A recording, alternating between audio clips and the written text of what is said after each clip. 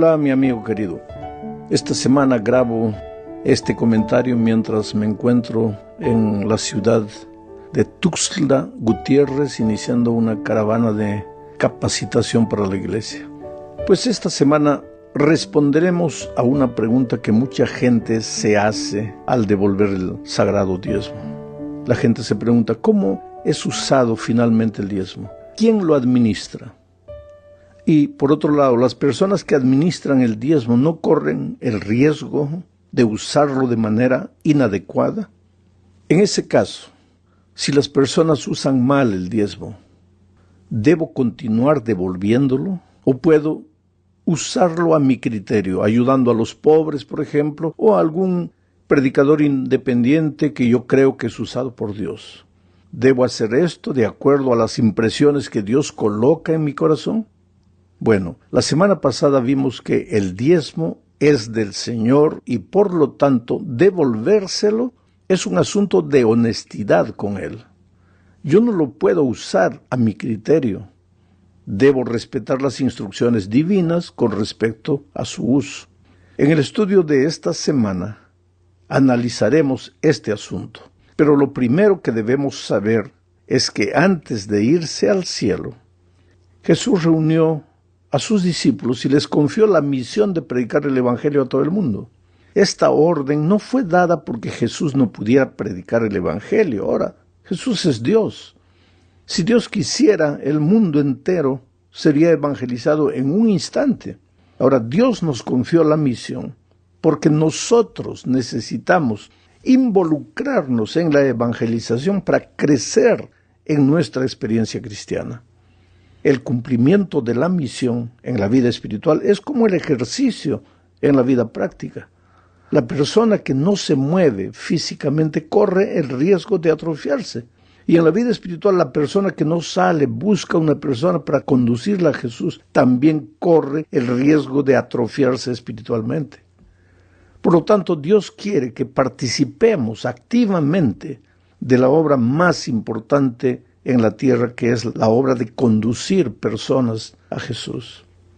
Y es responsabilidad del mayordomo fiel buscar a esas personas que aún no conocen el Evangelio y hablarles de las buenas nuevas de salvación. Pero al mismo tiempo es también su responsabilidad apoyar esta misión con los recursos que Dios le ha confiado. La participación en la misión profundiza el compromiso personal de presentar a Cristo a los demás y profundiza la vida devocional, la vida espiritual. Es el deber de cada discípulo que se ha transformado en un mayordomo, en un obrero del Señor, entregar el diezmo para esta sagrada misión. Y ahora, ¿cuál es el plan financiero aprobado por Dios para el cumplimiento de la misión? Malaquías 3:10 dice: entreguen completos los diezmos en mi tesorería y habrá alimento en mi templo. Con esto pueden ponerme a prueba. Verán si no les abro las ventanas de los cielos y derramo sobre ustedes abundantes bendiciones. Lo digo yo, el Señor de los ejércitos. Ahora, yo te pregunto, ¿qué significa devolver los diezmos completos? ¿Qué significa la frase, habrá alimento en mi templo? Como hemos visto, la gente devuelve el diezmo desde los días de Abraham, de Jacob y probablemente desde antes. El diezmo es parte de un plan divino para sostener a la iglesia de Dios. En todas las épocas Dios ha tenido gente que estuvo dispuesta a financiar la misión de la iglesia. Todos tenemos la responsabilidad de trabajar juntos para sostener económicamente la obra de Dios en la tierra. No podemos darnos el lujo de ser desorganizados o descuidados en este asunto. Entonces, a lo largo de este estudio veremos, pues, cuál es el propósito del uso del diezmo. En la segunda parte hablaremos más de lo que dice Malaquías 3:10 que acabo de leer. Y ustedes acaban de leer en la pantalla. Vamos a hablar especialmente de la última parte. Dice, con esto pueden ponerme a prueba. Verán si no les abro las ventanas de los cielos y derramo sobre ustedes bendiciones. Lo digo yo, el Señor de los ejércitos. Para entender correctamente lo que registra Malaquías en este texto, hay que saber que en la literatura hebraica el pensamiento más importante de un texto no va primero, sino que se registra por último. Y lo último que dice el versículo que acabo de leer es, lo digo yo, el Señor de los ejércitos. Es como si Dios firmara una promesa que el profeta está escribiendo. ¿Y cuál es el valor de una firma? Te voy a hacer una ilustración. Si yo te doy un cheque de $1,000,000 con mi firma, por favor no lo vayas a cobrar, porque ese cheque no te va a servir de nada, porque yo jamás en mi vida he visto $1,000,000. Pero si recibes un cheque de $1,000,000 firmado por Bill Gates, ahí ve corriendo al banco, porque $1,000,000 no le hace ni cosquillas a Bill Gates. Ese cheque sí tiene fondos. ¿Te das cuenta? Por eso Dios firma esta promesa. Lo más importante del texto es la firma de Dios abajo. Lo digo yo, el Señor. ¿Y qué es lo que Dios promete? ¿Qué es lo que Dios dice en este texto? Él promete una bendición especial a los que son fieles en la devolución del diezmo. A la letra dice, verán si no les abro las ventanas de los cielos y derramo sobre ustedes abundantes bendiciones. Solo que esta bendición no es solamente en el aspecto financiero. La abundancia que Dios promete no es solamente de dinero, porque la vida no es solo dinero. La bendición de Malaquías está relacionada con la palabra shalom en hebreo. Los judíos se saludaban, en lugar de decir buenos días, se saludaban con la palabra shalom. Shalom. Shalom es una bendición espiritual y material. Involucra salvación, felicidad, paz mental, la capacidad de enfrentar las adversidades de la vida con actitud victoriosa y naturalmente también prosperidad financiera. Y el diezmo, la bendición que Dios promete con la fidelidad del diezmo es este shalom, esta abundancia de bendiciones en todos los aspectos de la vida. Pero hay más. La bendición divina nos obliga, de cierta manera, a compartir esa bendición con los más necesitados. En otras palabras, somos bendecidos para poder bendecir a las otras personas. Dios puede extender sus bendiciones por todas partes a través de nosotros, derramando las bendiciones sobre nosotros. Y eso lo dice Primera de Pedro, capítulo 3, versículos 8 y 9. Lo voy a leer. En fin, únanse todos en un mismo sentir. Sean compasivos, misericordiosos, amigables. Ámense fraternalmente y no devuelvan mal por mal, ni maldición por maldición. Al contrario, bendigan pues ustedes. Fueron llamados para recibir bendición. Aquí está el pensamiento. Bendigan, pues ustedes fueron llamados para recibir bendición. Somos agentes de bendición, pero ¿cómo podríamos ser agentes de bendición si no hemos sido bendecidos? ¿Y cómo podríamos ser bendecidos si no hemos sido fieles en la devolución de aquello que le pertenece a Dios? En la tercera parte hablaremos del propósito del diezmo. Pablo le escribe a Timoteo diciendo, no pondrás bozal al buey que trilla. Y después añade, digno es el obrero de su salario. Ahora, estas dos frases que Pablo usa está en 1 Timoteo 5:18. Voy a leer literalmente el texto, pues la Escritura dice, no pondrás bozal al buey que trilla y digno es el obrero de su salario. En este versículo Pablo cita primero algo que Moisés había dicho en Deuteronomio capítulo 25:4 con relación al buey. Y después menciona lo que Jesús dijo en Lucas 10:7 con relación a digno es el obrero de su salario. La frase sobre el buey es un proverbio antiguo y significa que es justo que el buey coma mientras trabaja. No puede trabajar sin comer. De la misma manera, el segundo proverbio que Jesús citó y que ahora Pablo también cita, significa que los obreros dedicados de tiempo completo a predicar el Evangelio, pues debieran recibir un auxilio económico para su manutención, porque todo su tiempo es dedicado a la obra de la predicación del Evangelio.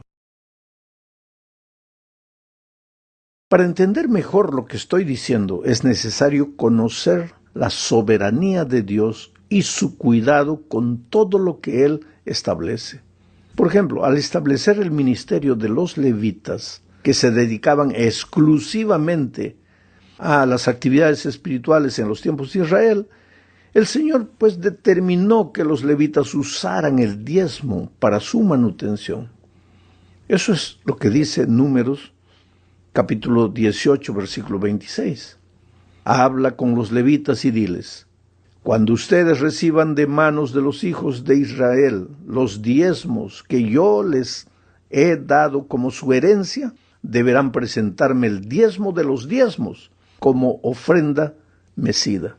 O sea, los levitas recibían el diezmo, comían del diezmo, se mantenían con el diezmo, pero por su vez ellos también tenían que devolver a Dios el diezmo de lo que recibían. Bueno, lo mismo sería hoy con quienes dedican su vida a predicar el Evangelio de tiempo completo. El sistema de diezmos es el medio que Dios escogió para sostener el ministerio y se ha utilizado a lo largo de toda la historia de la salvación para la manutención del ministerio. Por eso Pablo afirma en 1 Corintios 9:14 lo siguiente: ¿acaso no saben ustedes que los que trabajan en el templo comen del templo? Se estaba refiriendo a los levitas. Y que los que sirven al altar participan del altar, de las ofrendas del altar. Así también el Señor, dice Pablo, ordenó a los que anuncian el Evangelio que vivan del Evangelio. ¿Y por qué dice esto Pablo? Porque en aquellos tiempos habían personas que creían que el diezmo debería ser usado de otra manera y criticaban cuando los apóstoles usaban el diezmo para su manutención. Leamos lo que dice 2 Corintios, capítulo 11, versículos 7 al 10. Pablo les está amonestando ahí, les dice: ¿acaso cometí un pecado al humillarme a mí mismo y al predicarles el Evangelio de Dios gratuitamente? Pablo está escribiendo a los corintios, y entre los corintios había gente que criticaba diciendo: ¿por qué Pablo usa el diezmo? Pero entonces Pablo les dice: ¿acaso cometí un pecado al humillarme a mí mismo, al predicarles el Evangelio de Dios gratuitamente? ¿Por qué Pablo les dice: he predicado el Evangelio gratuitamente a ustedes? Porque ellos decían: Pablo está usando el diezmo para su manutención. Pero mira lo que dice Pablo: al predicarles el Evangelio de Dios gratuitamente, para que ustedes fueran enaltecidos, he despojado a otras iglesias al recibir un salario para servirles a ustedes. Pues los corintios eran criticones, criticaban, condenaban, juzgaban, pero Pablo no había usado el diezmo de la iglesia de Corinto, había usado el diezmo de otras iglesias para su manutención, y sin embargo eran los corintios que estaban criticando. Sigo leyendo el texto. Y cuando estaba entre ustedes y tuve necesidad, no fui una carga para nadie, pues lo que me faltaba lo suplieron los hermanos que vinieron de Macedonia. ¿Ves? El diezmo de Macedonia es el que mantenía a Pablo.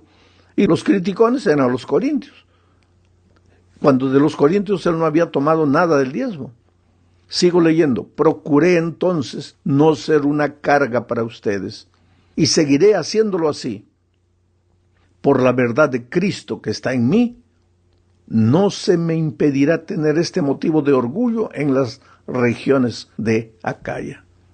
Interesante lo que Pablo dice hoy. Y muchas veces refleja la actitud de mucha gente hoy también.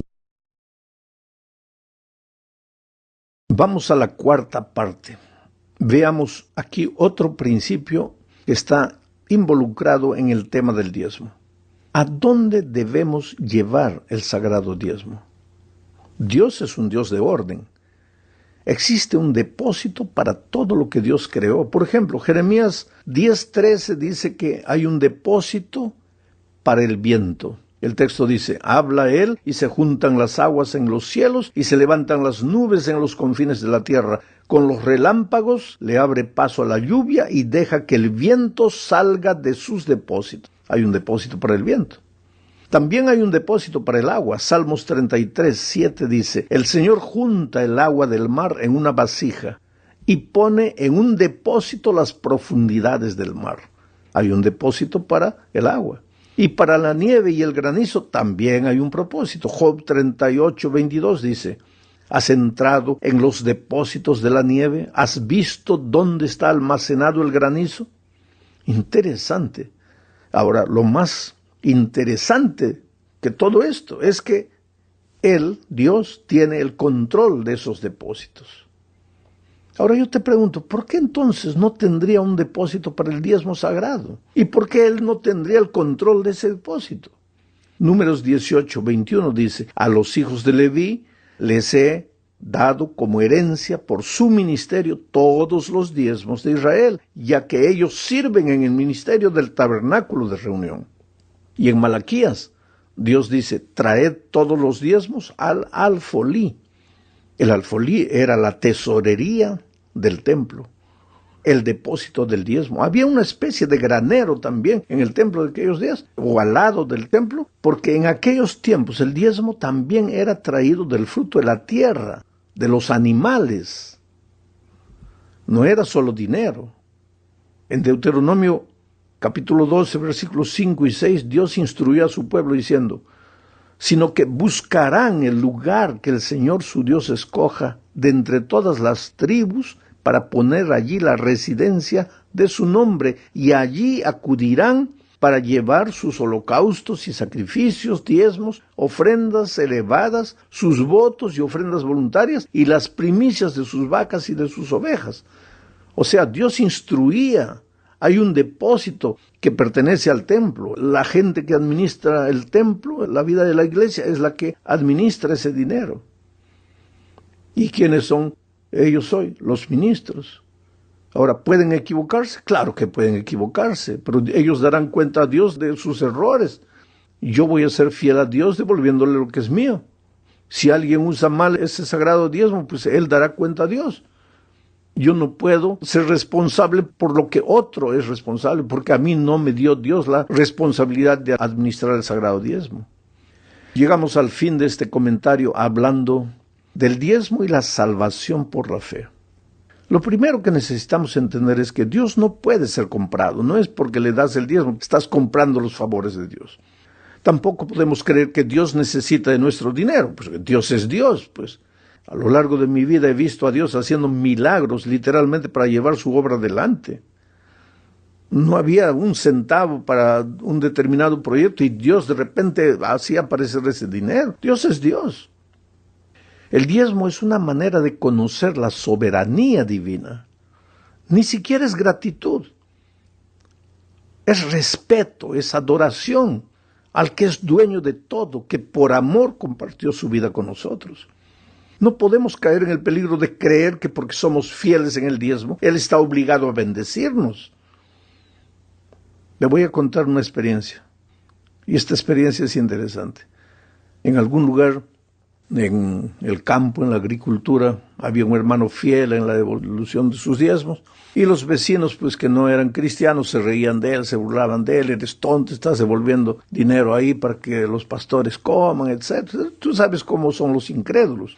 Pero él era fiel. Y entonces vino una plaga de langostas, como una nube negra, venía, pues, y todos comenzaron a desesperarse, y él tranquilo, el hermano fiel, cristiano, tranquilo, porque había prometido, pues, si yo soy fiel a Dios, pues Dios va a cuidar mi plantación de trigo, pero vino la plaga de langostas, vino, y no comió ninguna chacra, solo acabó con la chacra de él, con el sembrío de él, con todo el trigo de él.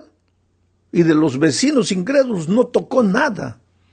Entonces, cuando pasó la plaga, los vecinos vinieron a burlarse de él. Oiga, ¿cómo dices que Dios cumple su promesa? Y él, tranquilo, les hizo una pregunta. Les dijo, ¿de quién son las langostas? De Dios. ¿Y de quién es esta plantación de trigo? De Dios. Entonces, ¿dónde tienen que comer las pobres langostas de Dios? En el sembrío de Dios. Y es por eso que comieron en mi sembrío. No podrían comer el sembrío de ustedes porque sería deshonestidad. Bueno, esa es la actitud del cristiano. Yo soy fiel a Dios y si aparentemente no me bendice, ¿cuál es el problema? Pero en el caso de este hombre, unos días después comenzó a florecer de esas plantaciones de trigo comidas, comenzó a florecer de nuevo el trigo, y ese año tuvo la más grande cosecha de todos los tiempos, porque así es Dios. El problema es que nosotros somos inmediatistas. Por eso este tema, el diezmo, tiene que ver con la justificación por la fe, en el sentido de que ¿qué es justificación por la fe? Pues tú no haces nada, Dios lo hace todo.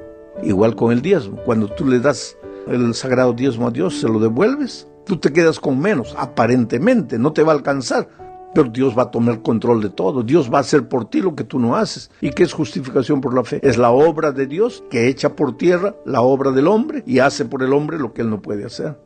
Entonces esa experiencia tiene que ser tuya, realmente tuya. Vas a deleitarte en las maravillas que Dios ha planeado para tu vida cuando aprendes a ser fiel con Él. Que Dios te bendiga ricamente.